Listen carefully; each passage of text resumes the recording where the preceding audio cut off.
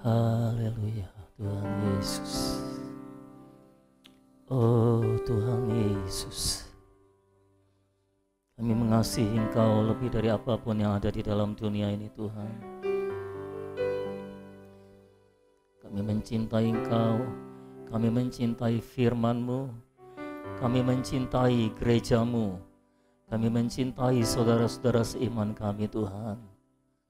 Oh Tuhan Yesus, hari ini Tuhan, kami ingin mempersekutukan firman-Mu bersama-sama dengan seluruh saudara seiman Tuhan. Oh Tuhan Yesus, tolong kami untuk kami hanya membicarakan pembicaraan Allah Tuhan. Pakai hidup kami Tuhan untuk menyalurkan hayat, untuk membicarakan pembicaraan Allah dari Kristus kepada seluruh jemaat-Mu Tuhan. Tuhan Yesus, pakai setiap kami Tuhan untuk benar-benar menyalurkan firman Allah, hayat Allah bagi kami. Kami percaya firman-Mu adalah roh dan hayat bagi kami Tuhan. Oh Tuhan, kami percaya firman yang kami persekutukan hari ini sungguh-sungguh menjadi roh dan hayat bagi kami Tuhan. Bukan hanya sekedar menjadi pengetahuan, tapi menjadi roh dan hayat bagi kami Tuhan. Roh Kudus melayang-layanglah di atas kami.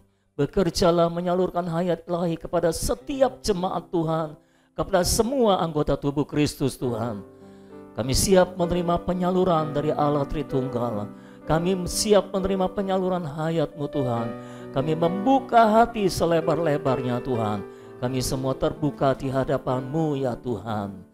Mari saudara katakan kepada Tuhan, kami terbuka di hadapan-Mu Tuhan, untuk menerima penyaluran-Mu pada hari ini. Salurkan Kristus. Oh Tuhan Yesus, kami siap menerima suplai hayat yang melimpah daripada-Mu Tuhan, sehingga kami bisa menyalurkan hayat kepada semua orang yang membutuhkannya. Terima kasih Tuhan. Kami berdoa di dalam nama Tuhan kami yang mulia, yang kami cintai, di dalam nama Tuhan Yesus Kristus. Dan semua kita yang siap mempersekutukan firman bersama-sama, sama-sama kita katakan amin. Haleluya. Silakan duduk saudara-saudara.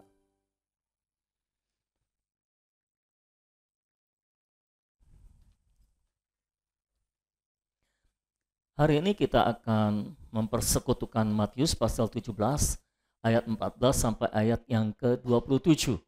Minggu lalu kita sudah bersama-sama mempersekutukan ayat 1 sampai ayat 13 mengenai Yesus dimuliakan di atas gunung. Dan kita memahami bahwa transfigurasi Yesus di atas gunung adalah manifestasi atau miniatur dari manifestasi kerajaan Allah. Ya, Yesus datang dalam kemuliaannya, dalam kerajaannya. Nah, hari ini saya memberikan judul menerapkan wahyu dan visi dalam pengalaman. Menerapkan wahyu dan visi dalam pengalaman. Bisa tampilkan judulnya? Menerapkan wahyu dan visi dalam pengalaman. Perhatikan ada 3 kata yang penting di situ. Yang pertama adalah wahyu, yang kedua adalah visi, dan yang ketiga adalah pengalaman. Pinter semua. Untung tidak ada yang menjawab, kata yang penting adalah dalam. Jadi ada 3 kata penting yang harus kita perhatikan di situ. Yang pertama adalah wahyu, yang kedua adalah visi, dan yang ketiga adalah pengalaman, saudara-saudara. Mengapa ketiga kata ini penting? Karena sebetulnya ketiga kata ini berhubungan, tetapi di dalam praktek kehidupan sehari-hari, seringkali ini tidak terhubung, saudara-saudara. Seringkali kita sebagai orang percaya, orang Kristen, anak-anak Tuhan, kita sudah menerima wahyu, tapi belum menerima visi. Wahyu yang kita terima masih berupa angan-angan dalam pikiran.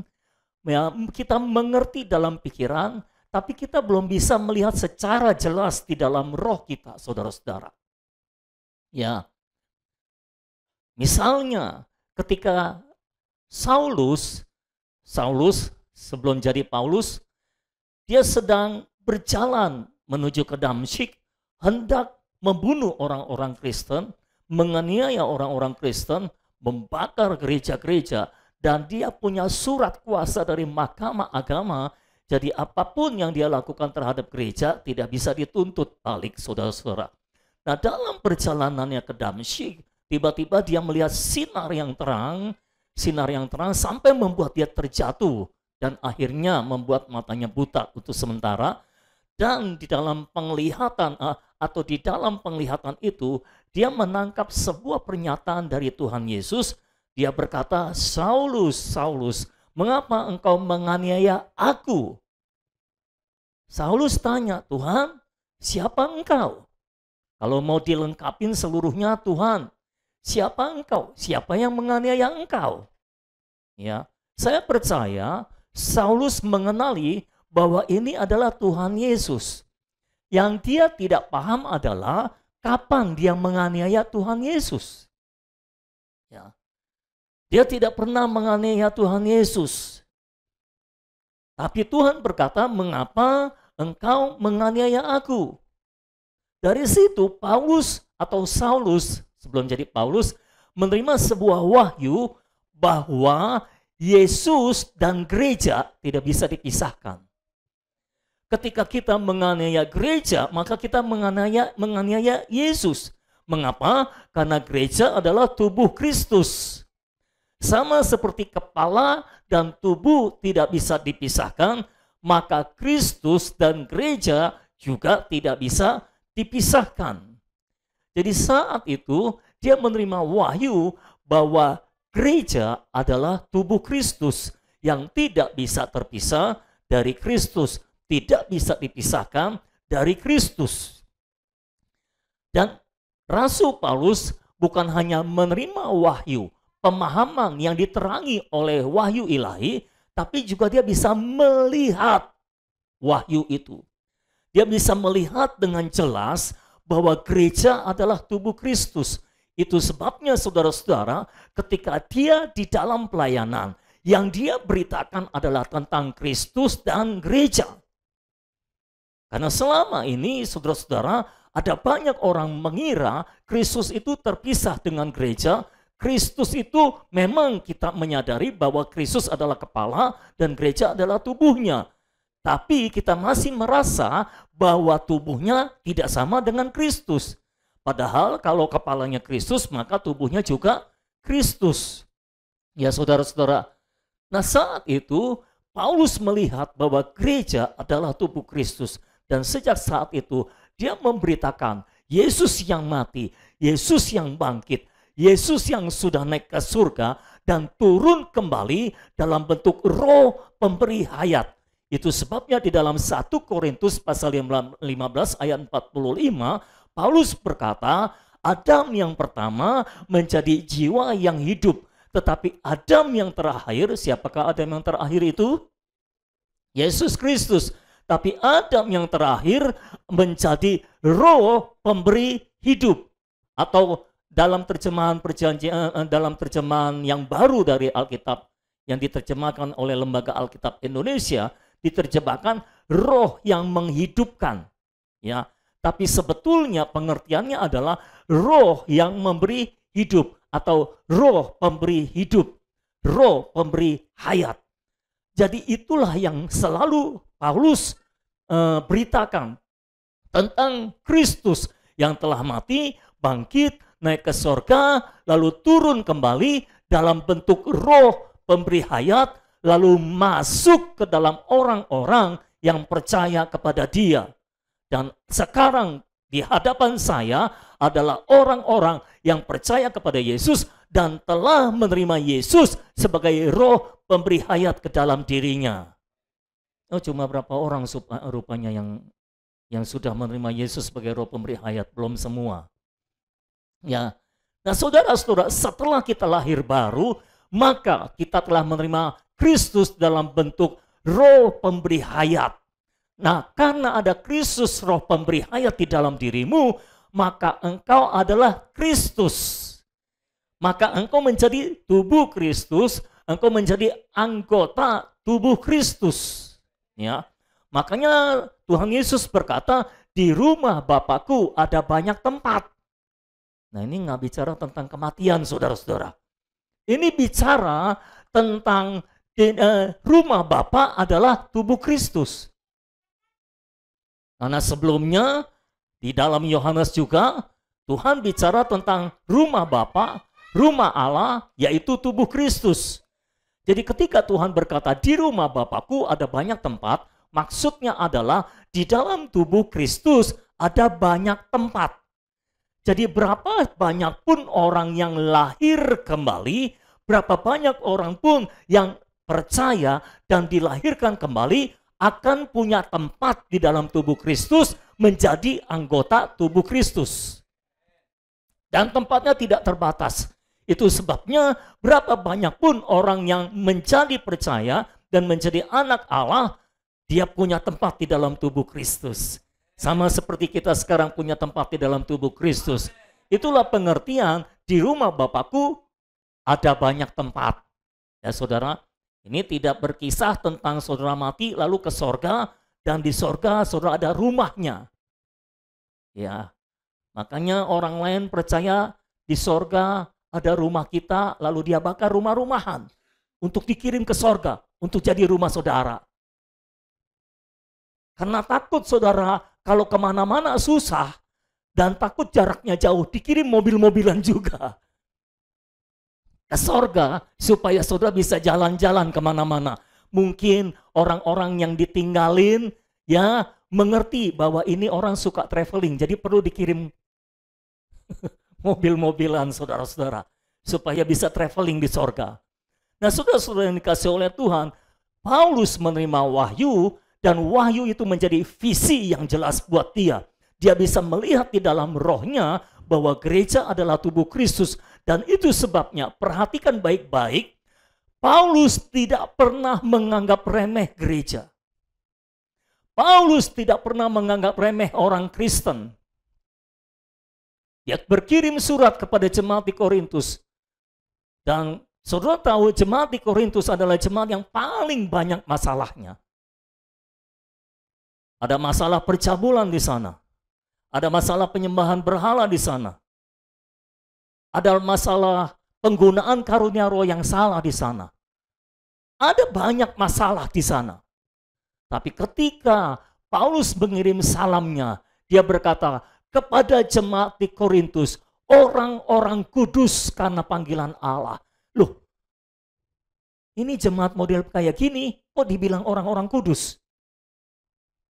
Jemaat model kayak gini, penuh dengan percabulan, iri hati, perpecahan. Apalagi penyembahan berhala, soal makanan aja ribut. Ada yang bilang boleh makan, bekas penyembahan berhala, ada yang bilang nggak boleh makan, jadi berselisih. Jadi soal apa saja bisa dibikin bahan untuk perselisihan. Lah, jemaat kayak gini dipanggil orang-orang kudus yang telah dikuduskan oleh Allah. Apa nggak salah Rasul Paulus? Mengapa dia berkata seperti itu? Karena dia telah menerima wahyu, dan wahyu telah menjadi visi yang jelas bagi dia. Dia betul-betul melihat bahwa setiap orang Kristen, setiap orang yang telah dilahirkan kembali adalah anggota tubuh Kristus. Bagaimanapun jeleknya dia adalah anggota tubuh Kristus. Begitulah seharusnya saudara melihat gereja. Begitulah saudara melihat orang-orang seiman, saudara-saudara seiman. Ya. Jangan pernah berkata tentang saudara seimanmu, ih, amit-amit, gitu saudara. Ketemu dia lagi. Itu anggota tubuh Kristus, sama seperti engkau anggota tubuh Kristus. Itu seperti tangan saya berkata kepada kaki saya, ih, amit-amit, ketemu kaki lagi. Lah, saudara akan selalu bersama, karena saudara adalah anggota tubuh Kristus. Jadi Paulus telah menerima wahyu, lalu wahyu menjadi visi yang jelas yang dia lihat dalam rohnya, dan visi yang jelas itu dia terapkan dalam pengalaman. Itu sebabnya beritanya penuh dengan visinya. Sekali waktu dia menghadap kaisar, saudara-saudara. Lalu dia berkata di hadapan kaisar, terhadap visi yang Tuhan berikan kepadaku, aku tidak pernah tidak taat. Artinya dia selalu menerapkan wahyu yang dia terima, visi yang dia lihat, dia terapkan ke dalam pengalaman. Inilah yang seharusnya terjadi dalam kehidupan kita orang Kristen. Saya ulangi sekali lagi bagi saudara yang belum memahami apa yang saya katakan tadi, inilah yang seharusnya terjadi dalam kehidupan kita sebagai orang Kristen. Karena orang Kristen itu, saudara-saudara, banyak menerima wahyu, tapi wahyu tidak pernah menjadi visi yang jelas di dalam roh bagi dia. Ya, saudara. Nah, kalau wahyu tidak pernah menjadi visi yang jelas yang dia lihat dalam roh, maka dia sulit menerapkannya dalam pengalaman. Jadi pasti dia tidak akan menerapkannya dalam pengalaman. Wahyu harus berubah menjadi visi, dan visi harus diterapkan dalam pengalaman. Itulah yang seharusnya sebagai orang-orang percaya. Kalau saya tanya saudara, sejak saudara dilahirkan kembali, berapa banyak wahyu, berapa banyak terang yang sudah saudara terima dari Tuhan? Saudara pasti akan menjawab, banyak. Tapi kalau saya tanya lebih lanjut, apa saja? Coba sebutkan, banyak. Saking banyaknya, nggak ada yang bisa disebutkan. Nah, kalau banyak kan bisa disebutkan satu persatu ya saudara. Kalau nggak ada yang bisa disebutkan, artinya nggak ada, bukannya banyak. Lalu gapnya di mana? Gapnya adalah kita memang banyak menerima wahyu, tapi wahyu tidak pernah diterjemahkan di dalam pengalaman. Itu sebabnya wahyu yang kita terima jadi sia-sia, jadi mubazir, berlalu begitu saja. Paling bertahan beberapa hari, atau beberapa minggu, atau beberapa bulan, setelah itu hilang lenyap entah kemana. Jadi ketika ditanya, wahyu apa yang pernah saudara terima? Banyak, tapi lupa semua. Kenapa? Karena tidak pernah diterapkan dalam pengalaman. Segala sesuatu yang kita tidak terapkan dalam pengalaman, kita akan lupakan. Saudara belajar bahasa Inggris, tapi nggak pernah ngomong bahasa Inggris, nggak pernah diterapkan dalam pengalaman. Mau tanya, bisa bahasa Inggris nggak? Akan hilang, akan nggak bisa. Saudara belajar mobil, di sekolah setir mobil yang termahal di Jakarta. Lalu yang ngajarnya instrukturnya bilang, dia tulis dikasih sertifikat, lulus sekolah setir mobil termahal di Jakarta. Tapi saudara nggak pernah nyetir. Mau tanya, bisa nyetir mobil nggak? Orang saya aja dulu belajar setir mobil di sekolah setir mobil, bukan yang termahal sih, tapi sekolah setir mobil saudara. Sudah kemana-mana sama dia, didampingi oleh instrukturnya, dan dia sudah bilang, sudah lulus, Bapak sudah bisa bawa mobil kemana-mana. Saya percaya diri dong, karena instrukturnya bilang sudah bisa. Kebetulan waktu itu masih mobil manual, saudara. Nggak seperti sekarang, mobil matic. Jadi saya yakin saya bisa, saya bawa. Lo tahu, cuma tanjakan sedikit, nggak bisa maju. Saya bingung. Dan saya dulu kan belajarnya bareng sama istri saya. Lulusnya juga bareng. Dan nggak bisanya juga bareng.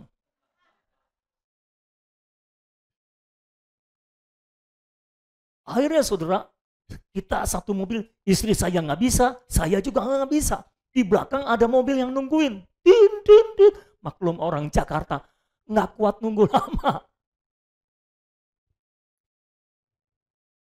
Itu orang yang di belakang nungguin mobil saya, sampai dia keluar, lalu ditanya, sebetulnya ada apa sih ini? Katanya.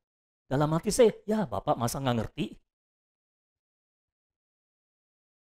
Akhirnya ada orang naik motor ngerti, sini saya bantuin. Dia setirin, maju sedikit. Padahal itu tanjakannya cuma sedikit. Tuh di jembatan Cempaka Putih situ tuh, Cempaka Putih Raya, itu kan tanjakannya nggak banyak, saudara. Dipinggirin sama dia, dibantuin. Setelah itu baru kita melanjutkan perjalanan, saudara-saudara. Jadi cuma nanjak dikit nggak bisa. Itu orang kalau sudah menerima wahyu banyak, menerima visi banyak, tapi nggak diterapkan dalam pengalaman, perjalanan hidupnya nanjak dikit, mampet dia, saudara. Perjalanan hidupnya nanjak sedikit, mati dia, saudara. Perlu didorong oleh orang lain.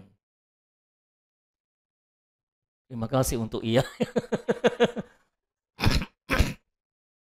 Nah, saudara-saudara, kalau kita perhatikan di dalam Matius pasal 16, kita tahu murid-murid telah menerima wahyu. Ingat itu diwakili oleh Petrus. Petrus dengan lantang dia berkata, dia menerima wahyu dari Bapa dan dia berkata, engkau adalah Mesias, engkau adalah Kristus, anak Allah yang hidup. Wah, ini wahyu yang luar biasa pada saat itu. Tidak banyak orang memahami bahwa Yesus adalah Mesias. Dan tidak banyak orang Yahudi juga yang memahami bahwa Yesus Kristus adalah anak Allah. Tapi Petrus memahami karena wahyu dari Bapa tentang anak. Lalu kalau saudara kita masuk pasal 17 yang kita bahas minggu lalu, mereka naik ke atas gunung. Petrus, Yohanes, Yakobus. Di atas gunung Tuhan diangkat dalam kemuliaan, wajahnya bersinar seperti matahari. Ingat itu semua? Ini visi. Jadi tadinya di pasal 16 mereka menerima wahyu bahwa Yesus Kristus adalah Mesias, Kristus yang diurapi. Kristus itu artinya yang diurapi. Yang diurapi berbicara tentang raja. Yesus adalah raja yang diurapi, anak Allah yang hidup. Nah, di atas gunung wahyu berubah menjadi visi. Mereka melihat visi bahwa Yesus benar-benar raja yang dimuliakan sampai wajahnya bercahaya seperti matahari. Haleluya. Ini visi yang luar biasa sampai Petrus begitu berbahagia dan dia mengajukan usul yang kembali manusiawi dan alamiah. Dia berkata, Tuhan, kalau engkau mau, aku dirikan 3 kemah. 1 untuk Tuhan, 1 untuk Musa, 1 untuk Elia. Ketika Petrus ngomong seperti itu, langsung langit terbuka. Dan Bapa di sorga berkata, inilah anakku yang kukasihi, kepadanya lah aku berkenan, dengarkanlah dia. Di Matius pasal 16, mereka menerima wahyu bahwa Yesus adalah Kristus, raja yang diurapi, anak Allah yang hidup. Masuk pasal 17, mereka melihat visi bahwa Yesus benar-benar raja yang dimuliakan oleh Allah. Paham, saudara? Jadi sebetulnya mereka sudah menerima wahyu dan melihat visi. Tapi permasalahannya adalah ketika mereka di dalam pengalaman, apakah wahyu dan visi ini diterapkan, bisa diterapkan dalam pengalaman? Itu permasalahan. Berapa minggu yang lalu ada seorang jemaat berkata kepada saya, dia bilang, waktu di dalam ibadah, saya sudah menerima wahyu, katanya saudara. Saya sudah menerima firman yang disampaikan. Waktu itu saya bicara tentang salib.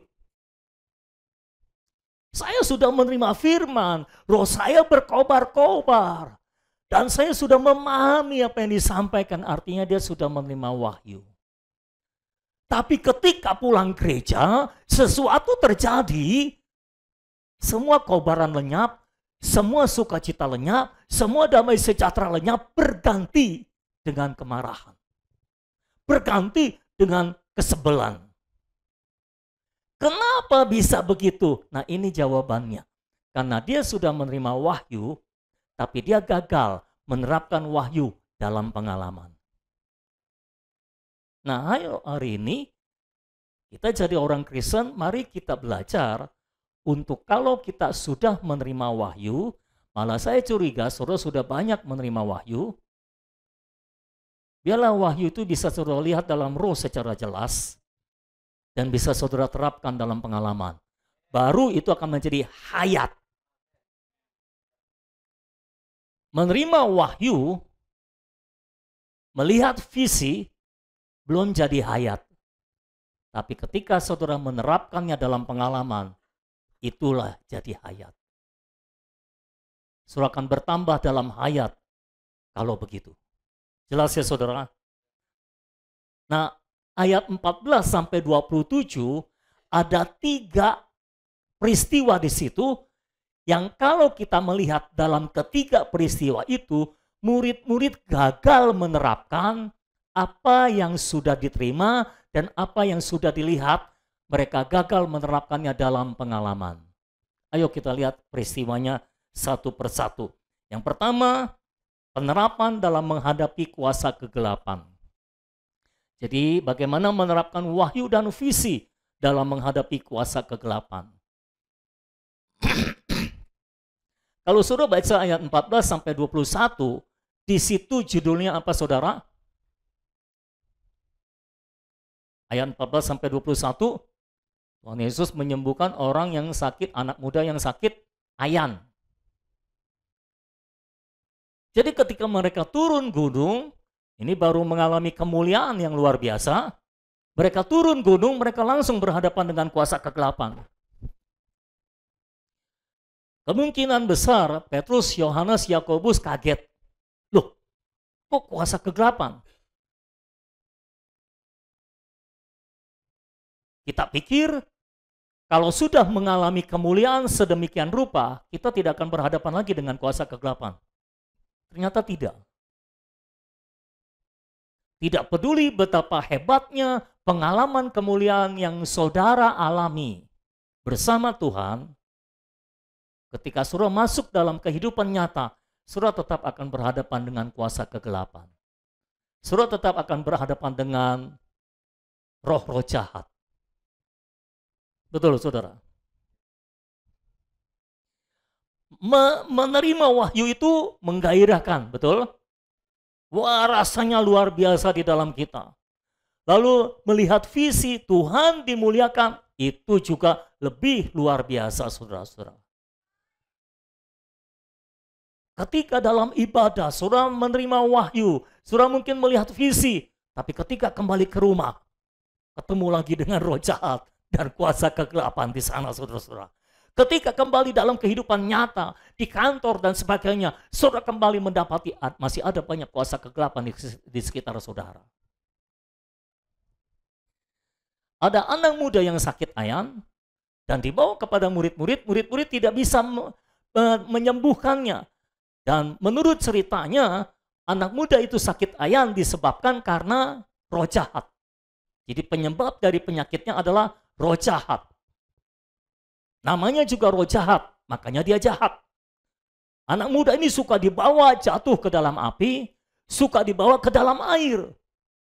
Jadi suka jatuh ke dalam api, suka jatuh ke dalam air. Artinya sewaktu-waktu anak ini bisa mati.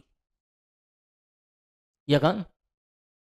Bayangin saudara, orang lagi bakar sampah, ada tumpukan api, dia masuk ke dalamnya. Makanya mesti dijagain terus kan oleh bapaknya. Ayahnya jagain dia terus, karena sewaktu-waktu dia bisa masuk ke dalam api, bisa masuk ke dalam air. Dia lihat sungai, dia terjun lagi. Wah, bisa mati setiap saat. Ya ampun. Akhirnya dibawa kepada murid-murid. Murid-murid tidak ada yang bisa mengusir setan itu. Ini cuma membayangkan aja saudara. Saya bayangkan seperti ini. Ini Petrus, Yohanes, Yakobus kan baru mengalami pengalaman yang luar biasa kan. Melihat Tuhan wajahnya bercahaya seperti matahari. Wah, itu luar biasa. Biasanya orang baru mengalami kemuliaan yang seperti ini. Itu rasanya punya kuasa yang luar biasa. Saya yakin ketika ayah itu datang kepada Yesus dan berkata, "Guru, tolong sembuhkan anakku, kasihan dia menderita." Aku sudah bawa kepada murid-muridmu, murid-muridnya tidak bisa mengusir setannya, tidak bisa menyembuhkannya.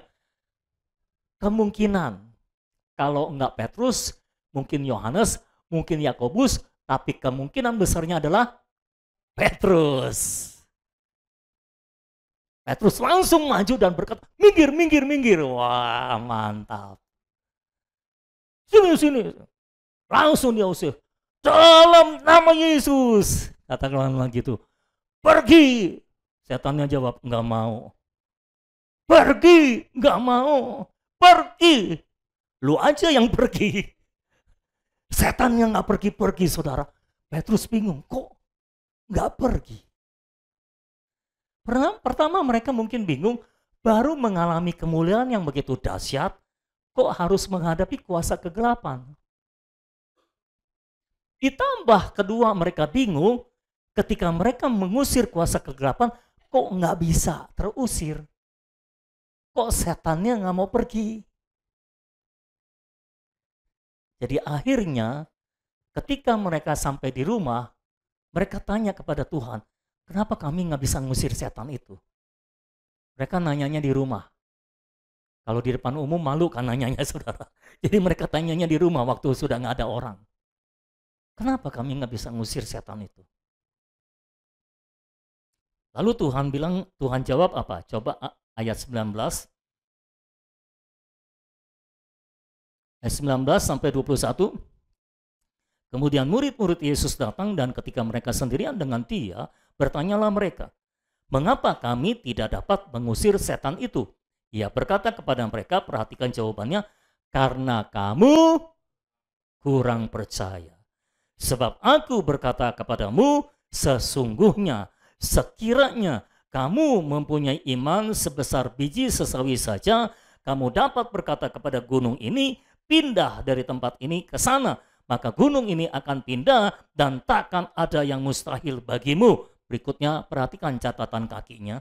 Jenis ini tidak dapat diusir kecuali dengan berdoa dan berpuasa. Ada 3 kata yang penting di situ. Yang pertama adalah kamu kurang percaya. Yang kedua, berdoa. Yang ketiga, puasa. Oke lah kalau mau ditambahkan kurang percaya, kurang doa, kurang puasa. 3 kata ini berhubungan, saudara-saudara. Ya. Kenapa mereka tidak bisa mengusir setan? Karena mereka kurang percaya. Kenapa mereka kurang percaya? Karena mereka kurang doa. Dan juga kurang puasa. Jadi rupanya untuk bisa memanifestasikan kuasa kerajaan, kita tidak cukup punya pengalaman menerima wahyu, melihat visi. Kita harus percaya, harus berdoa, harus berpuasa. Haleluya. Jadi untuk memanifestasikan kuasa kerajaan, mengusir setan-setan, kita harus percaya, kita harus berdoa, kita harus berpuasa. Ketika Tuhan berkata, jenis ini tidak dapat diusir kecuali dengan berdoa. Ini menunjukkan bahwa murid-murid tidak berdoa dan tidak puasa, tapi melihat visi. Ini yang saya mau sampaikan kepada saudara. Menerima wahyu itu memang luar biasa. Melihat visi itu juga luar biasa. Tapi mengusir setan tidak ada hubungan dengan wahyu dan visi yang saudara alami. Mengusir setan tidak ada hubungan dengan kemuliaan yang saudara alami. Mengusir setan berhubungan dengan sehari-hari, kehidupan sehari-hari saudara. Apakah saudara suka berdoa? Apakah saudara suka berpuasa? Kalau saudara suka berdoa, saudara suka berpuasa, maka saudara akan memiliki percaya atau iman. Jelas ya saudara? Murid-murid pikir, aku sudah menerima wahyu, aku sudah melihat visi, aku sudah mengalami kemuliaan yang luar biasa, yang mungkin orang lain tidak alami. Tapi ketika mereka gagal mengusir setan, mereka jadi kecewa. Kok gitu ya? Padahal pengalamannya luar biasa loh. Mungkin belum ada orang lain yang mengalami seperti ini. Tapi kok ngusir setan nggak bisa? Tuhan bilang kamu harus berdoa, kamu harus puasa, baru kamu punya iman. Kalau doa, kalau puasa, bahkan kalaupun kamu punya iman sebesar biji sesawi saja, kamu bisa berkata kepada gunung ini pergi, maka dia pergi. Gunung ini di situ maksudnya setan yang tadi. Kalau kamu perintahkan roh jahat pergi, maka dia pergi. Jadi saudara-saudara, yang ingin disampaikan kepada saudara adalah, saudara boleh menerima wahyu, itu pengalaman yang luar biasa. Puji Tuhan untuk itu. Saudara boleh melihat visi, itu luar biasa. Tapi menerima wahyu, menerima visi, melihat visi, itu beda halnya, lain cerita lagi dengan menerapkannya dalam pengalaman.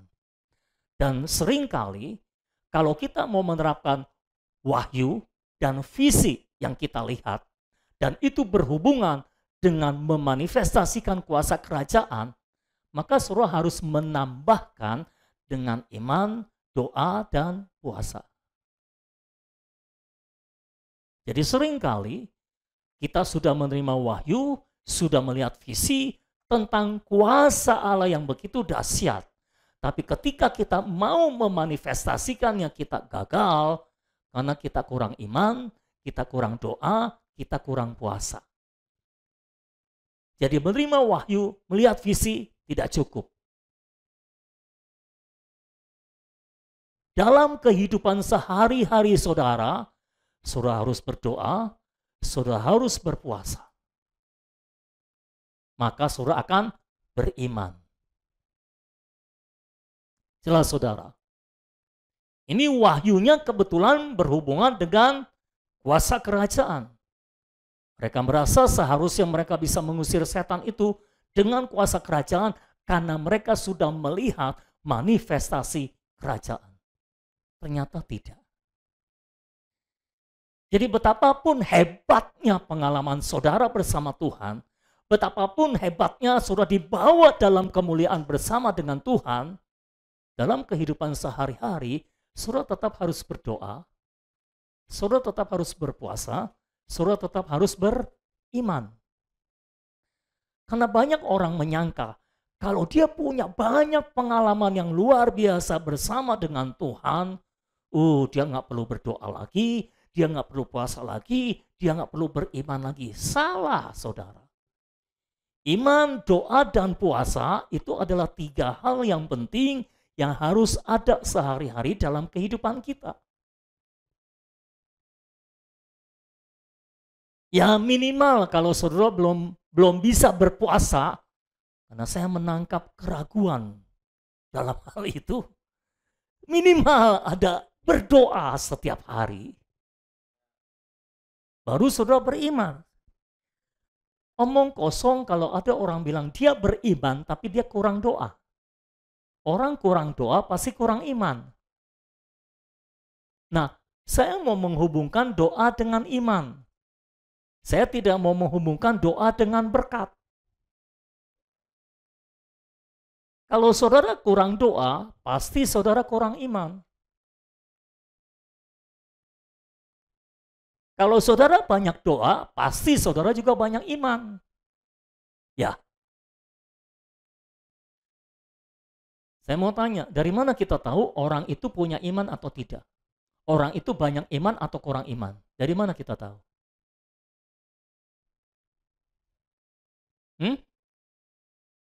Perkataan? Oke. Perkataannya apa maksudnya? Dia ngomong iman, iman, iman gitu. Jadi banyak iman. Perkataannya gimana? Percayanya bulat, iya. Tapi dalam pengalaman, bagaimana kita bisa melihat ini orang percayanya bulat terhadap Tuhan?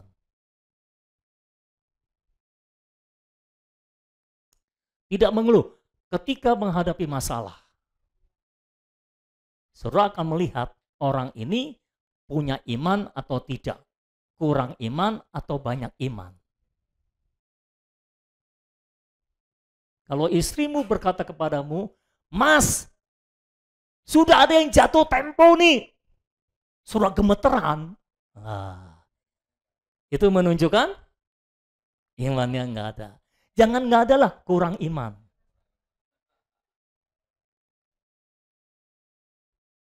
Kalau kurang iman menunjukkan dia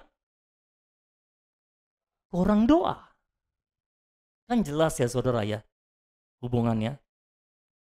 Selamat siang semua. Kalau melihat masalah, kalau ada masalah dia panik. Nah ini menunjukkan dia kurang iman. Kan kalau orang beriman, kalau ada masalah dia nggak panik kan? Betul nggak saudara? Kenapa dia panik? Karena kurang percaya. Kalau dia percaya, ya dia nggak panik. Dia panik karena dia tidak percaya. Dan kenapa dia tidak percaya? Karena tidak berdoa. Jadi doa erat hubungannya dengan iman.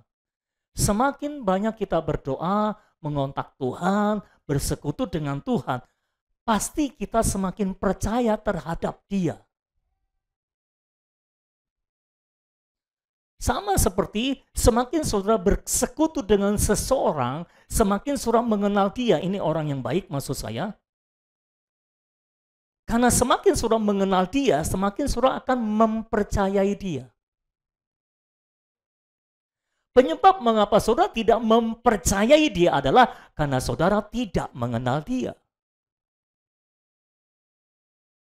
Dan penyebab mengapa saudara tidak mengenal dia adalah karena saudara kurang bersekutu dengan dia.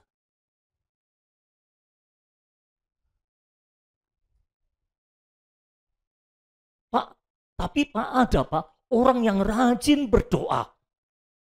Rajin berdoa. Kalau berdoa luar biasa Pak.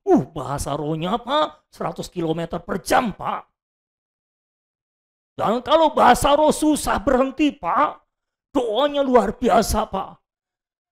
Tapi kenapa ya Pak? Dia rajin berdoa, rajin bahasa roh, tapi kalau ketemu masalah panik juga. Kenapa? Kok orang rajin berdoa bisa panik ketika ketemu masalah? Ketemu masalah dikit goyang, ketemu masalah dikit trauma. Ini kan repot jadinya saudara. Bisakah saudara bayangkan? Misalnya, saudara ketemu masalah, ini per area lah ya. Saudara ketemu masalah di area keuangan, saudara trauma. Lalu berikutnya saudara ketemu masalah di area apa lagi? Di area keluarga, saudara trauma. Saudara ketemu masalah di area pekerjaan, saudara trauma. Apalagi? Saudara jalan-jalan, traveling, karena saudara suka traveling, ngalami sesuatu, saudara trauma. Kalau saudara jadi gampang trauma, dalam hidup ini ada banyak hal yang bisa saudara traumain. Dan kalau semuanya saudara trauma, akhirnya saudara nggak kemana-mana. Mau ke sana trauma, mau ke situ trauma, mau ke sana trauma. Mau lakukan ini trauma, mau lakukan itu trauma. Dan penyebab mengapa orang gampang trauma adalah karena dia kurang percaya. Betul nggak saudara?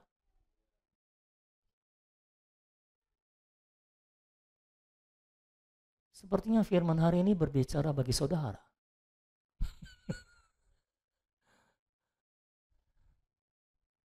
Kurang percaya. Kalau kurang percaya berarti kurang berdoa. Amin. Jadi apa yang harus saudara lakukan? Loh, nggak ada jawaban. Jadi apa yang harus saudara lakukan? Biasa depan saya menjawab hari ini, enggak. Jadi apa yang harus saudara lakukan? Banyak berdoa. Jangan ragu-ragu dong jawabnya. Apa yang harus saudara lakukan? Masih ragu-ragu. Apa yang harus saudara lakukan? Kamu tidak selantang biasanya sih.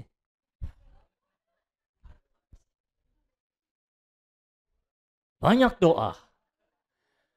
Pak, saya susah berdoa. Kalau saudara susah berdoa, saya anjurkan saudara berpuasa. Berpuasa akan menolong saudara untuk lebih gampang bersekutu dengan Tuhan. Dan lebih gampang mempercayai Tuhan juga. Itu menolong saudara. Makanya rata-rata orang yang banyak makan kurang iman. Karena orang yang banyak puasa, banyak iman kan jadinya.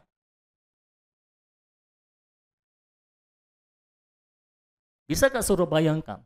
Sehari-hari saudara berdoa terus terhubung dengan Tuhan, terus bersekutu dengan Tuhan, terus diajar Tuhan dari waktu ke waktu. Satu peristiwa tidak pernah terlewatkan begitu saja dalam hidup saudara. Bahkan peristiwa kecil pun Tuhan bisa mengajar saudara di situ. Karena saudara terus terkoneksi dengan Tuhan. Saudara, karena banyak diajar, saudara jadi semakin mengenal Tuhan. Dan orang yang semakin mengenal Tuhan, jadi semakin mengenal diri sendiri. Dan orang kalau sudah mengenal Tuhan dan mengenal diri sendiri, dia lebih bisa mengenali orang lain. Kalau saudara tidak mengenali Tuhan dengan tepat, saudara tidak bisa mengenali dirimu dengan tepat. Dan kalau saudara tidak bisa mengenali Tuhan dengan tepat dan mengenali dirimu dengan tepat, maka saudara tidak bisa mengenali orang dengan tepat.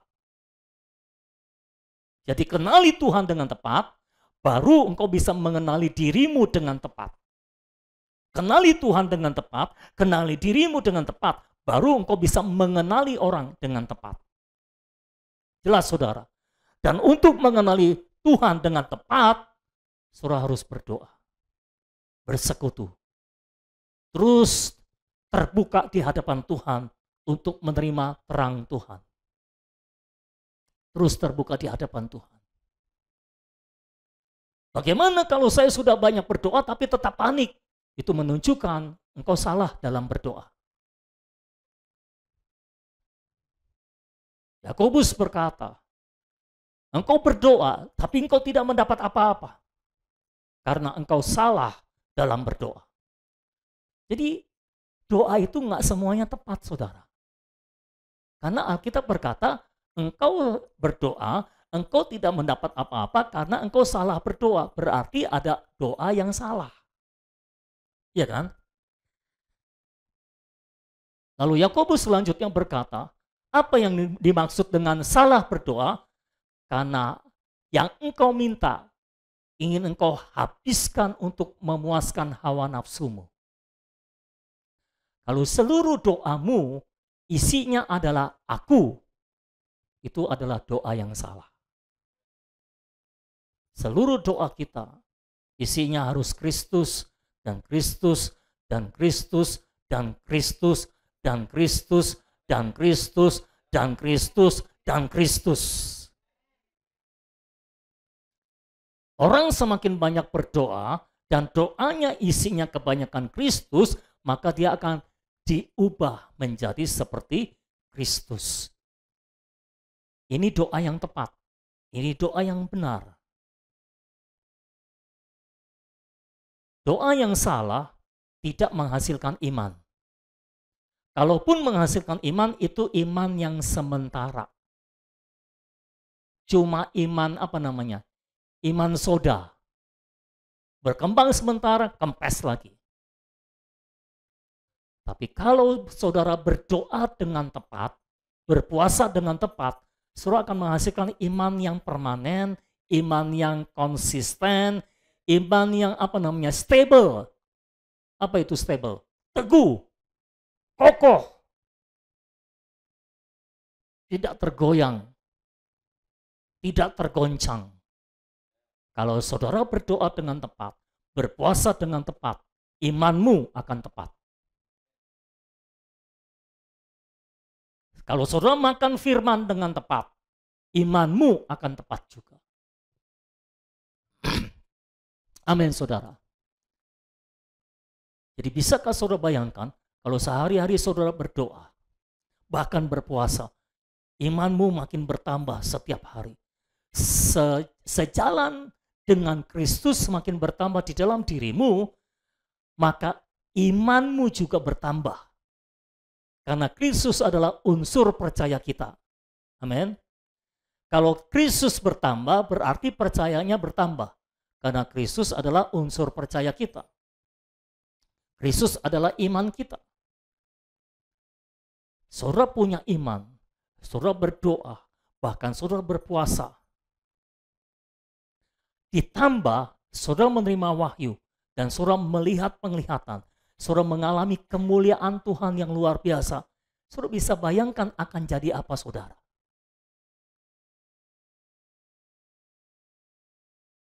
Tapi kalau saudara cuma sibuk menerima wahyu, sibuk melihat visi, sibuk mengalami kemuliaan, tapi tidak berdoa, dan doamu tidak tepat,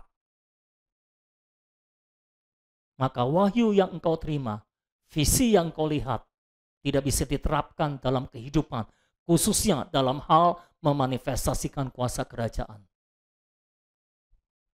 Tapi kalau engkau melihat wahyu, engkau menerima wahyu, melihat visi, dan engkau berdoa sehari-hari, dan bahkan berpuasa, dan engkau punya iman, kau akan menjadi orang yang luar biasa.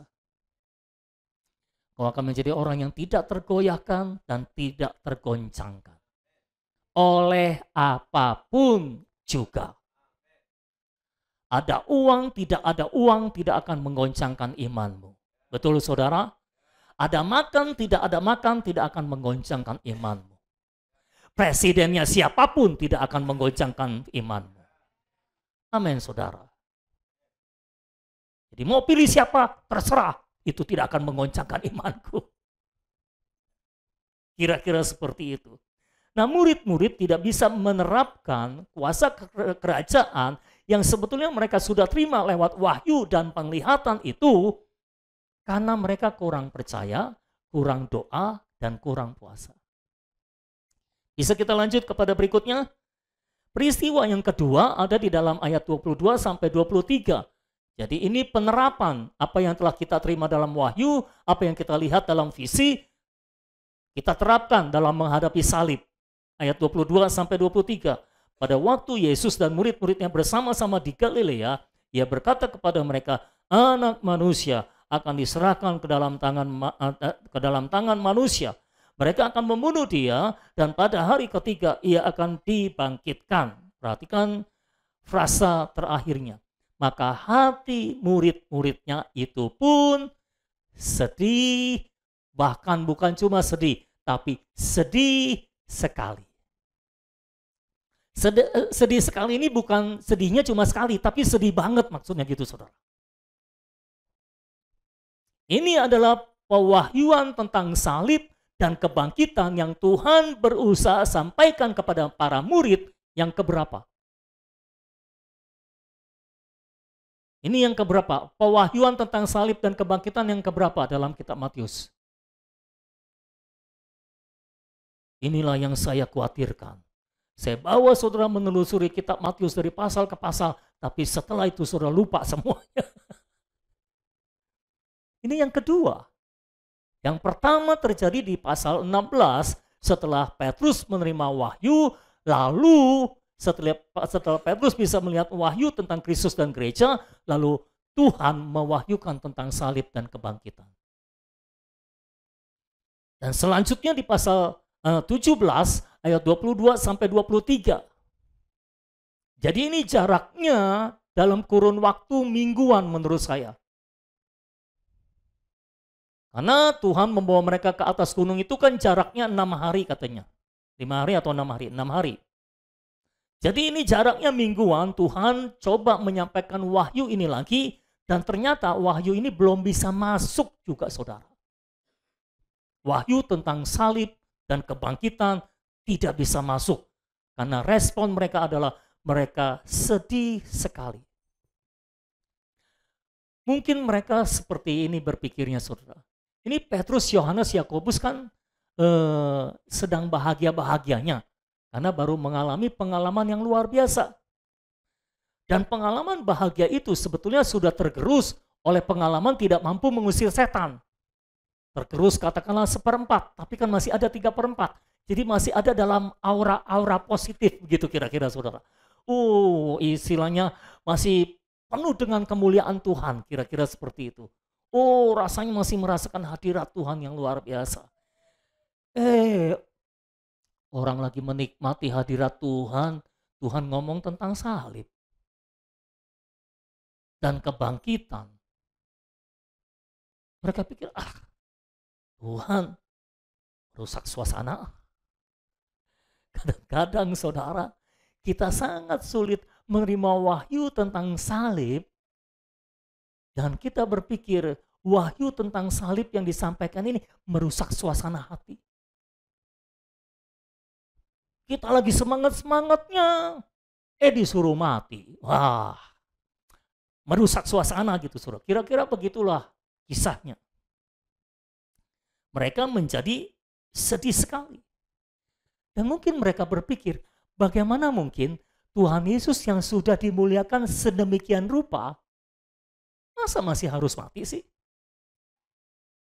Rasanya nggak mungkin. Nggak peduli berapa banyak pengalaman kemuliaan saudara bersama Tuhan, dan nggak peduli berapa banyak saudara dimuliakan oleh Tuhan, saudara masih harus menghadapi pembunuhan salib. Seperti biasa tidak ada amin tentang salib, saudara-saudara. Tidak peduli saudara dimuliakan, mengalami kemuliaan yang begitu luar biasa, saudara masih harus menghadapi pembunuhan salib. Kenapa harus begitu? Karena hanya dengan matilah saudara bisa mengalami kebangkitan.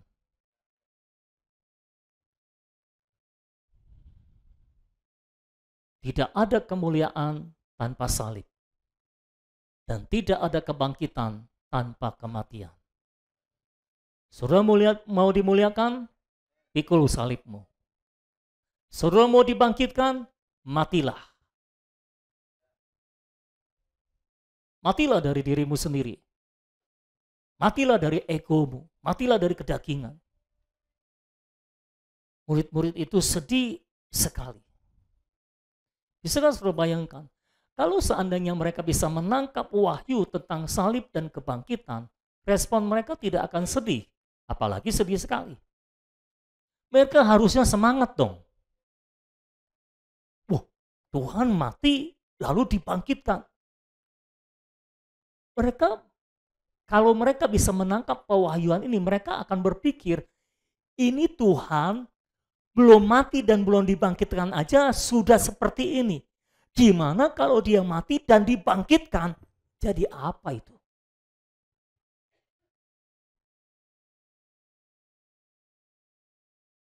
Ini belum dibangkitkan aja sudah seperti ini. Gimana kalau dia mati dan dibangkitkan? Bisa jadi apa itu? Tapi seperti biasa, pewahyuan tentang salib. Padahal pewahyuan tentang salib selalu diikuti dengan kebangkitan. Tapi tetap masih sulit diterima, masih sulit dicerna. Kalau kita hubungkan dengan pewahyuan yang mereka terima dan dengan visi yang mereka lihat, mereka gagal menerapkan wahyu dan visi di dalam pengalaman. Mereka telah menerima wahyu bahwa Yesus adalah Kristus, Mesias, anak Allah yang, sekali lagi, anak Allah yang, berarti kalau dia mati, dia pasti bangkit. Karena dia hidup. Kalimatnya begitu baru benar. Kalau jawaban saudara, kalau dia mati dia pasti hidup. Karena dia bangkit, salah. Mati bangkit karena dia hidup, baru benar.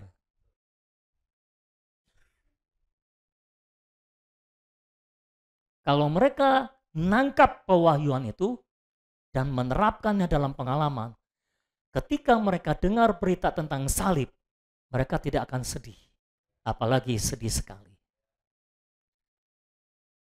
Siapa di sini yang kalau dengar berita atau katakanlah nubuatan, sekarang kan musim nubuatan, sudah terima nubuatan, dalam 3 hari ke depan engkau akan mengalami salib. Mau tanya, suruh sedih atau sedih sekali atau gembira? Gembira, benar. Yang benar nih. Benar nih. Oke, saya nubuatin sekarang ya.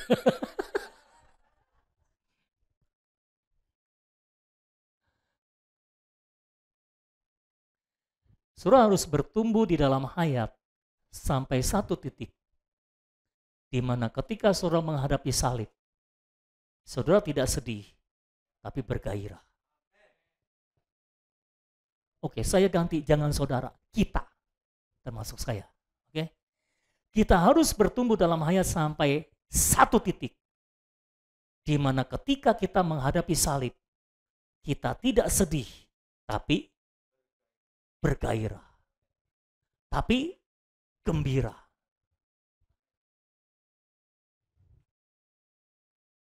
Loh, kok saudara jadi sedih begitu sih? Ini namanya pertumbuhan hayat. Saya belajar, saudara, kalau salib itu tidak pergi-pergi dari hidup saya, artinya saya harus memikulnya. Ya. Dan Tuhan melatih saya memikul salib setiap hari. Pertama-tama, awalnya saya memikul salib itu dengan sedih. Serius. Sambil nangis saya memikul salib, saudara. Oh Tuhan, kenapa salib terus? Gitu kan, saudara. Dengan sedih. Tapi lama-kelamaan Tuhan terus melatih saya. Lama-lama saya mulai, perasaannya mulai agak berubah terhadap salib. Sekarang kalau memikul salib, saya mulai nggak sedih. Belum gembira sih, tapi sudah nggak terlalu sedih.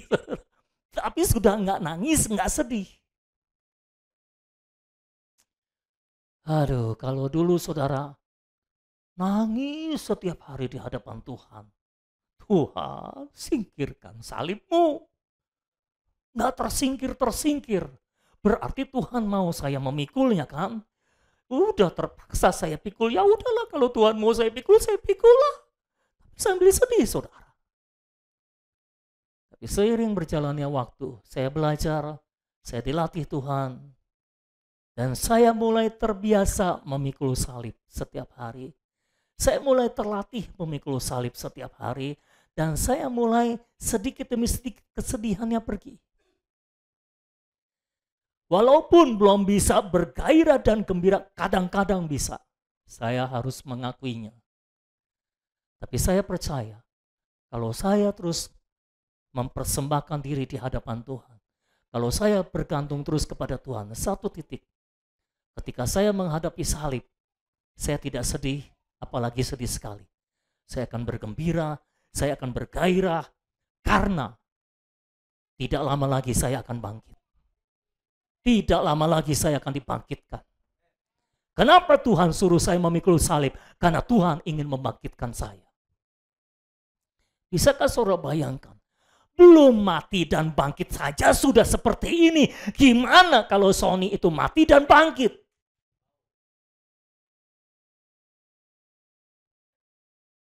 Jadi ketika kita menghadapi salib, artinya Tuhan mau segera membangkitkan kita.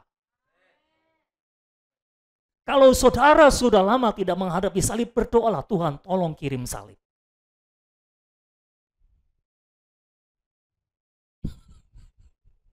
Nggak ada yang berdoa seperti itu rupanya.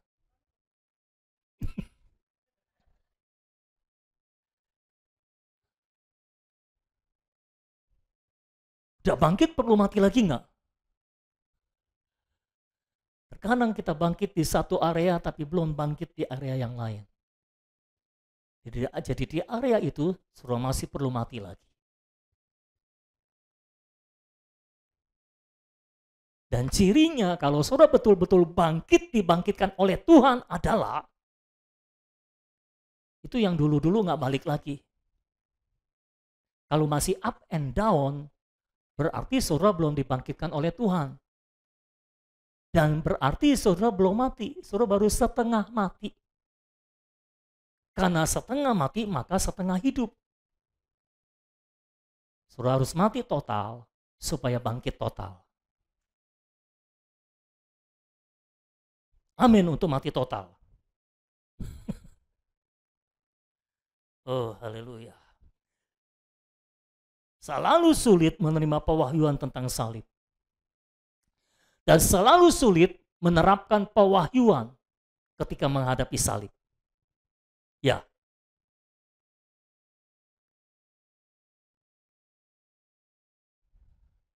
Kita baru baca MYT misalnya. Oh, jangan berdebat dengan pasanganmu. Jangan menegur pasanganmu.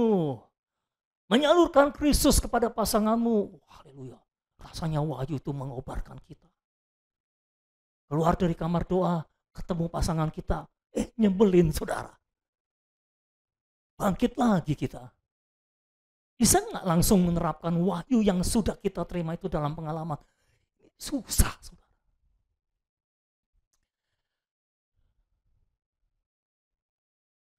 Para suami saya tanya, susah nggak untuk tidak menegur?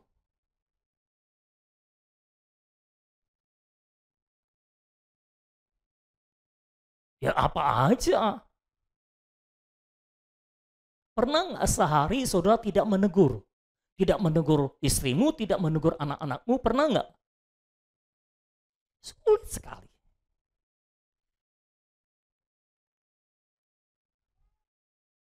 Itu sebabnya wahyu yang kita terima harus benar-benar harus kita lihat di dalam roh secara jelas. Kenapa begini, kenapa begitu, kenapa harus mengalami ini, kenapa harus mengalami itu. Kita jelas, baru kita bisa menjalani dan kita bisa menerapkannya dalam pengalaman. Dan terus terang, tidak mudah untuk menerapkan wahyu dan visi yang sudah kita lihat dalam pengalaman. Saya ulangi, menerima wahyu itu mudah. Melihat visi itu mudah juga. Tapi menerapkannya dalam pengalaman itu hal yang lain. Ada kesulitan tertentu untuk menerapkannya dalam pengalaman. Siapa di sini yang sudah tahu Allah kita itu luar biasa? Enggak tahu ya? Saya kira semua tahu loh. Tahu? Kok nggak jawab gitu? Kalau orang tahu kan biasanya spontan gitu, tahu gitu kan. Siapa yang tahu Allah kita luar biasa? Allah bisa mengatasi semua persoalan kita. Bahwa Allah turut bekerja dalam segala sesuatu untuk mendatangkan kebaikan bagi saudara mengasihi Tuhan. Berarti Allah turut bekerja dalam segala sesuatu untuk mendatangkan kebaikan bagimu. Tapi ketika Allah mengatur lingkungan kita, lalu kita alami sesuatu yang tidak enak. Bisa nggak menerapkan pewahyuan yang sudah saudara percaya itu?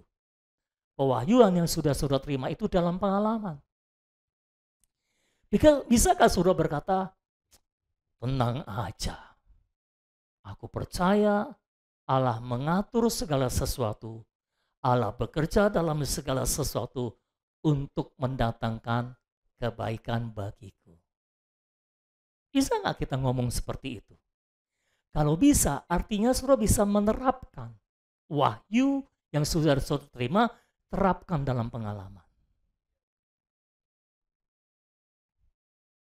Ketika saudara punya kebutuhan, harus bayar ini itu, sudah jatuh tempo. Saudara sudah menerima wahyu, Allah adalah Allah yang mencukupkan, betul?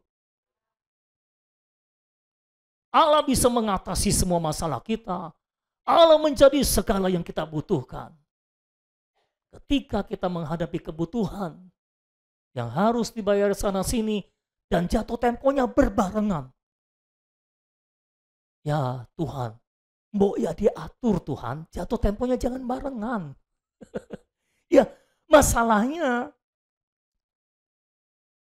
saudara yang salah, nggak ngatur. Saudara harus atur supaya jatuh temponya nggak berbarengan dong. Jangan salahin Tuhan. Tapi bisakah ketika jatuh tempo berbarengan pun saudara berkata, tenang aja. Allahku adalah Allah yang mencukupkan. Kalau nggak cukup gimana? Tenang saja. Allah bekerja dalam segala sesuatu untuk mendatangkan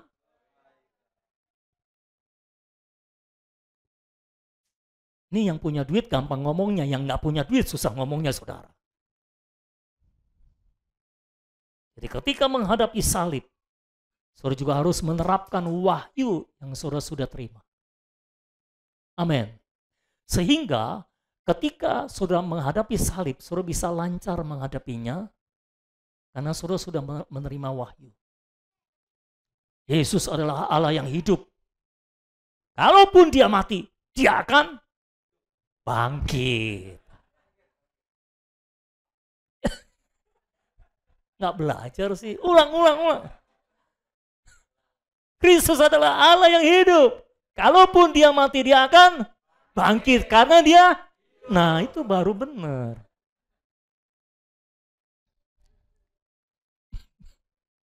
Awas ntar kalau diulang salah lagi ya.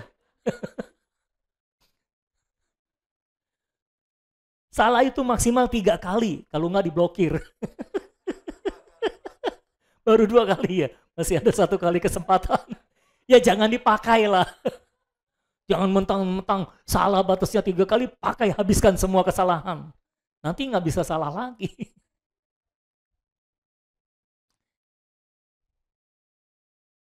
Jadi mari kita bertumbuh sampai satu titik di mana ketika kita menghadapi salib, kita tidak menjadi sedih, apalagi sedih sekali. Kita bergembira. Kenapa? Karena Allah sedang bekerja untuk mendatangkan kebaikan. Bagi siapa? Bagi saudara. Makanya pastikan saudara mengasihi dia. Maka Tuhan akan bekerja dalam segala sesuatu untuk mendatangkan kebaikan bagimu.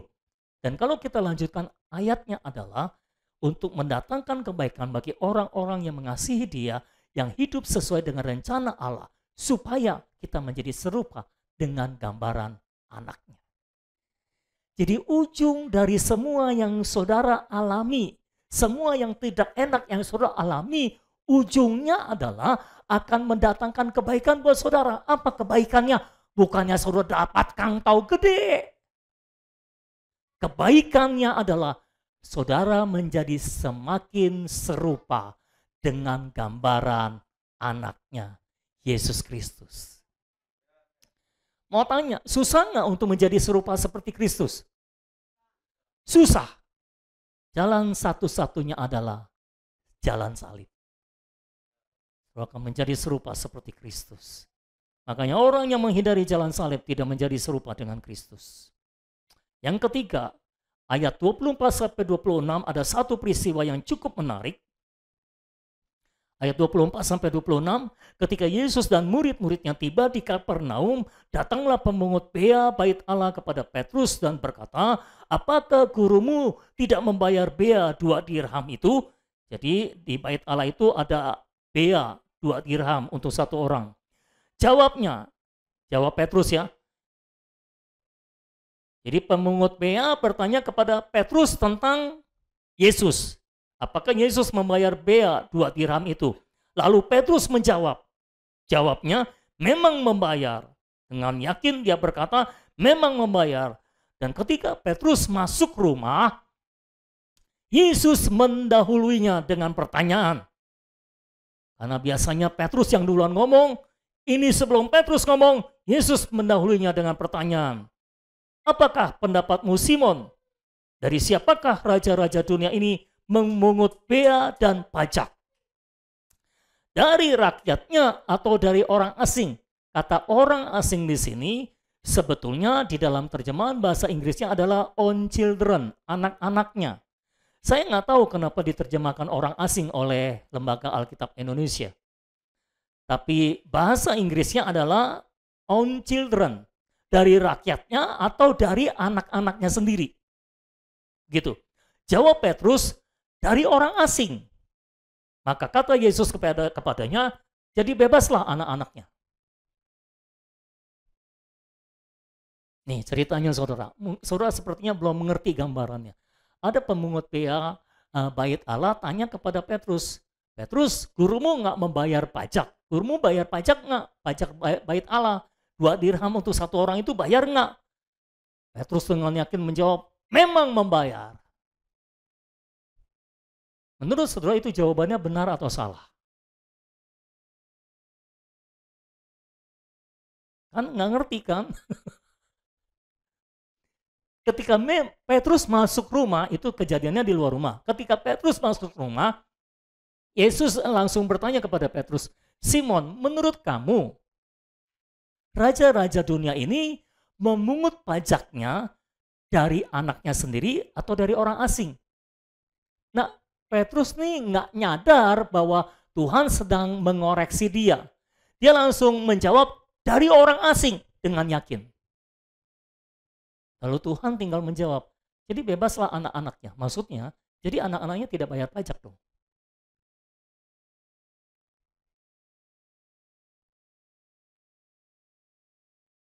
Karena ambil pajaknya dari orang asing, bukan dari anaknya. Berarti kalau anaknya bebas pajak dong, nggak bayar pajak dong. Setelah itu mungkin Petrus baru enggak, seperti saudara sekarang. Baru sadar, iya ya, jawabanku tadi salah. Bisakah saudara bayangkan?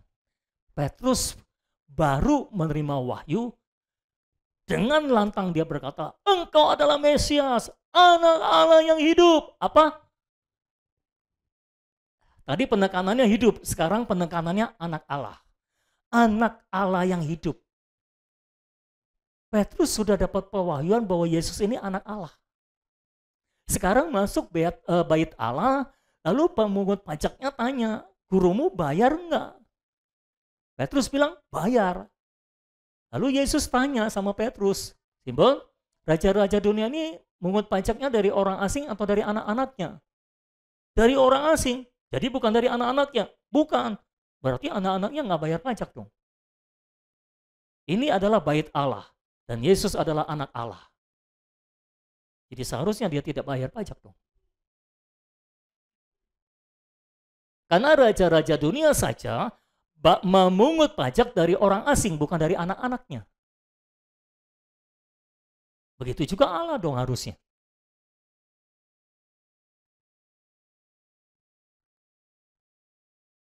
Jadi jawaban Petrus itu salah. Terlebih lagi, di atas gunung, Allah sendiri berkata ketika Petrus ngomong sembarangan, Allah sudah berkata, inilah anakku yang kukasihi, kepadanya lah aku berkenan, dengarkanlah dia. Suruh dengerin siapa? Tuhan Yesus. Kalau dia bisa menangkap wahyu dan visi itu, dan bermaksud untuk menerapkannya dalam pengalaman, ketika ada orang tanya, gurumu bayar bea bait Allah atau enggak? Dia tidak akan langsung menjawab dari opininya sendiri. Dia akan datang kepada Tuhan Yesus dan mendengarkan Tuhan Yesus. Karena Allah sudah mengingatkan dia, dengarkanlah dia. Jadi Petrus tidak menerapkan wahyu dan visi yang sudah diterima dalam pengalaman ketika menghadapi pertanyaan orang. Ini adalah ujian dan pencobaan. Paham saudara? Ketika kita menghadapi pertanyaan orang juga, apalagi pertanyaannya itu tentang Tuhan, jangan sembarangan menjawab dengan opinimu sendiri. Dengarkan dia. Apa? Dengarkan dia. Tanya dia dong. Dengarkan dia. Apa yang Tuhan mau jawab. Ketika saudara dapat jawaban dari Tuhan, baru saudara berikan jawaban itu. Maka jawaban itu akan menjadi tepat. Amin, saudara. Lalu Tuhan berkata, tapi supaya kita tidak jadi batu sandungan, atau kalau versi terjemahan saya, tapi karena engkau sudah terlanjur ngomong, gitu kira-kira saudara. Jadi kita harus bayar pajak. Kalau enggak kita jadi batu sandungan. Sekarang kamu pergi ke danau, pancing ikan. Nanti ikan pertama yang kamu dapatkan, buka mulutnya, ada 4 dirham di situ. Bayar pajak, untukmu 2 dirham, untukku 2 dirham. Lalu Petrus mancing di danau. Saudara, bisakah saudara bayangkan ketika Petrus mancing di danau? Saya yakin dia tidak akan dapat ikannya secepat yang dia kira. Mancing. Nggak gampang mancing ikan, apalagi ikan yang punya 4 dirham di mulutnya. Ya, saudara bisa bayangkan nggak sih? Ini kan Petrus kan orangnya suka ngoceh, suka ngomong. Ini pasti dia mancing sambil ngoceh-ngoceh ini, saudara. Tuhan, sebetulnya kan kalau Tuhan mau bikin mujizat gampang. Rogo saku keluar 4 dirham kan bisa. Kenapa 4 dirhamnya harus ditaruh di mulut ikan? Dan aku harus pancing. Dari saku kan lebih gampang.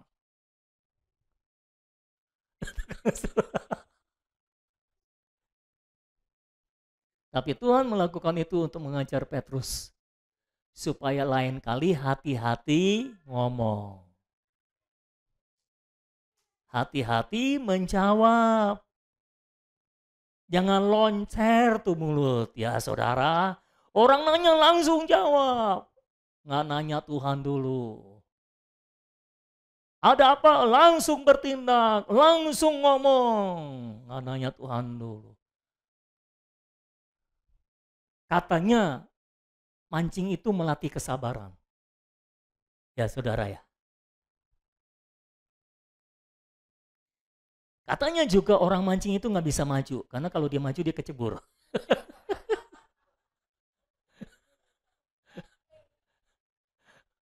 Melatih itu, memancing itu melatih kesabaran katanya.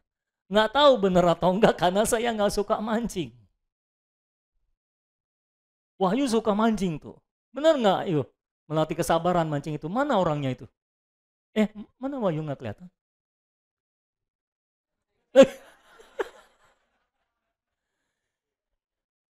Kalau mancing itu melatih kesabaran, maka orang yang suka mancing seharusnya sabar ya.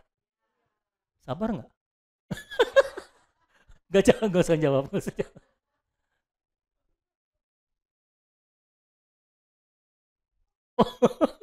Sabar mancing. Sabar nungguin ikan. Kalau nungguin yang lain nggak sabar. Itu Petrus sambil di pinggir danau. Mana sendirian mancing. Nggak enak mancing sendirian. Makanya suka ada lomba mancing karena nggak enak mancing sendirian. Sabar itu nggak enak sendirian, saudara. Kalau sabarnya rame-rame masih bisa lah. Dia mancing. Mana nih ikan? Tapi dia kaget ketika kailnya itu ditarik oleh ikan. Dapat. Tentu dia mungkin agak deg-degan ya. Bener nggak ada 4 dirham ini di mulut ikan? Ya, angkat ikannya pelan-pelan. Dia buka mulutnya pelan-pelan. Cereng! Bener 4 dirham di mulut ikan. Tuhan itu nggak pernah sembarangan ngomong. Kalau dia ngomong, itulah yang dia kerjakan.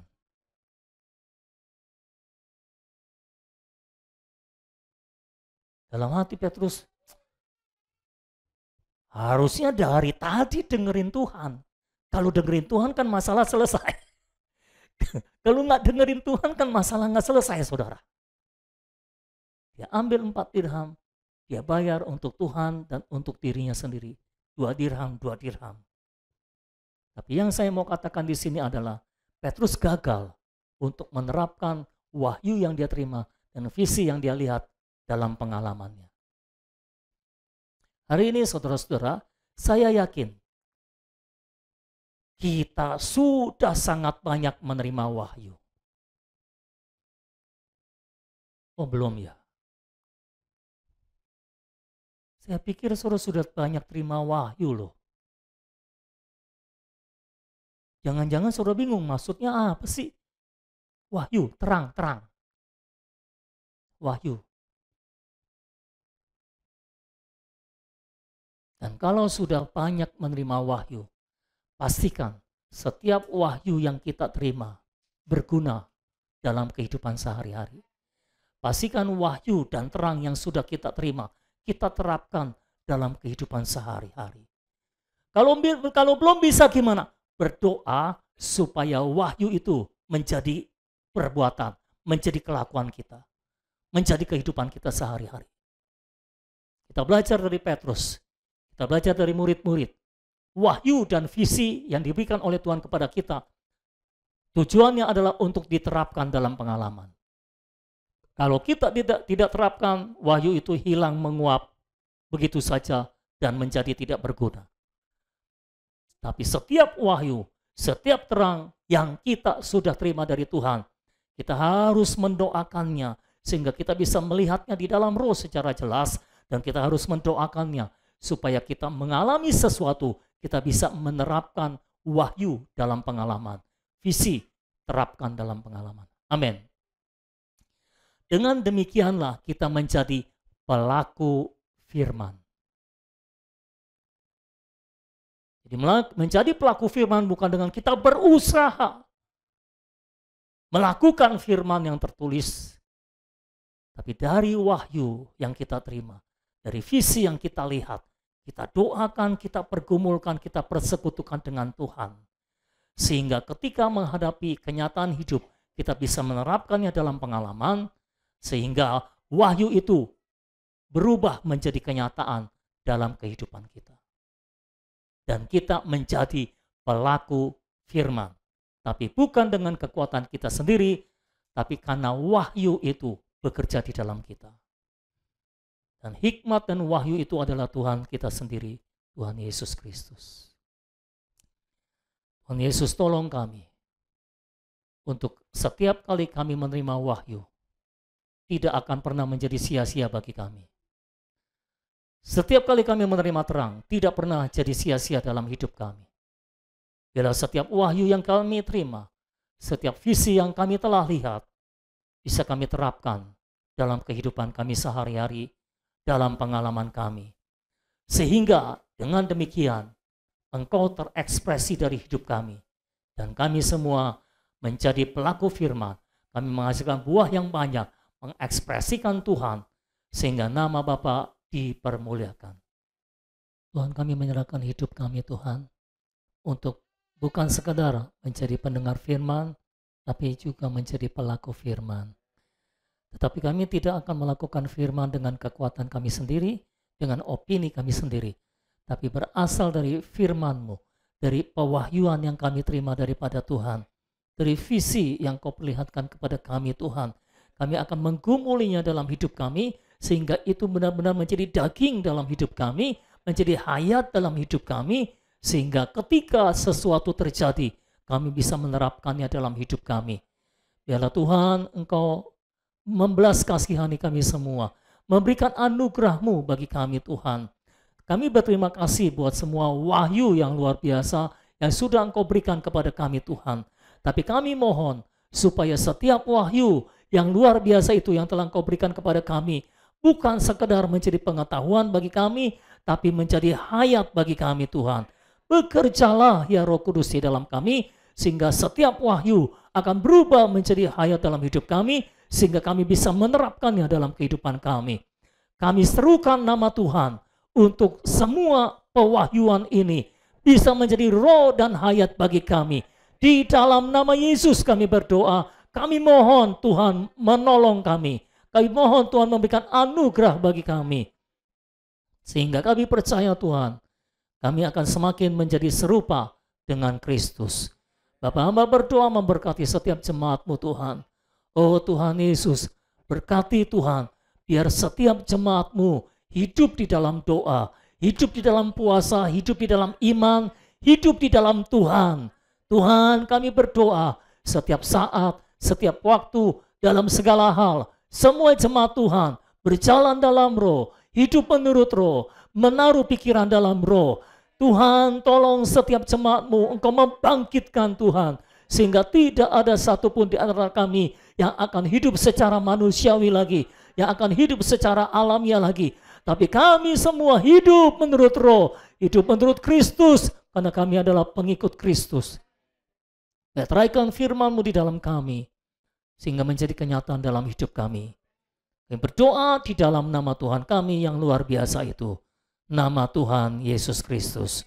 Dan semua kita yang telah mendengar firman-Nya dan menerima anugerah-Nya, sama-sama kita katakan, amin. Puji Tuhan, Tuhan memberkati saudara. Selamat siang semuanya.